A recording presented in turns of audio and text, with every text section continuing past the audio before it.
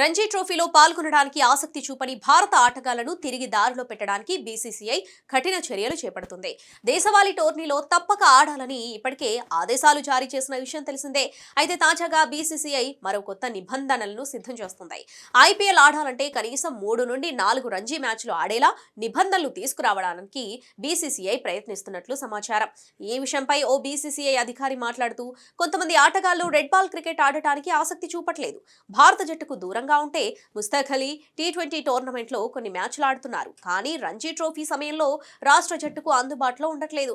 ఇలాంటి ఆటగాళ్లను కట్టడి చేయడానికి రంజీ ట్రోఫీలో 3 నుంచి 4 మ్యాచ్లు ఆడటం తప్పనిసరిగా బీసీసీఐ చేస్తుంది. అలా రంజీ మ్యాచ్లు ఆడలేకపోతే వాళ్ళు ఐపీఎల్ ఆడలేరు.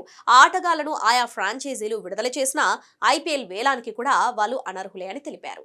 అలాగే బీసీసీఐ నుంచి ఆదేశాలు రాకపోతే కొంతమంది యువ స్టార్ ప్లేయర్స్ రంజీ ట్రోఫీని నిర్లక్ష్యంగా చూస్తారని రాష్ట్ర బోర్డులు భావిస్తున్నాయి. హార్దిక్ పాండ్యా విషయం భిన్నమైనది.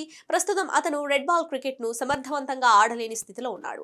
పని భారాన్ని అతడిపై అంచనా వేస్తూ ఐసీసీ ఈవెంట్స్ కోసం అతన్ని సిద్ధం చేస్తున్నారు. కానీ ఇతర ప్లేయర్లకు ఇలాంటి మినహాయింపు లేదు. అయితే వాళ్లకు కాల్ చేస్తే ఫిజియో వర్క్ అని కబుర్లు చెబుతున్నారు. కానీ ఇప్పటి నుంచి ఆ ఛాన్స్ ఉండదు అని సదరు బీసీసీఐ అధికారి పేర్కొన్నారు.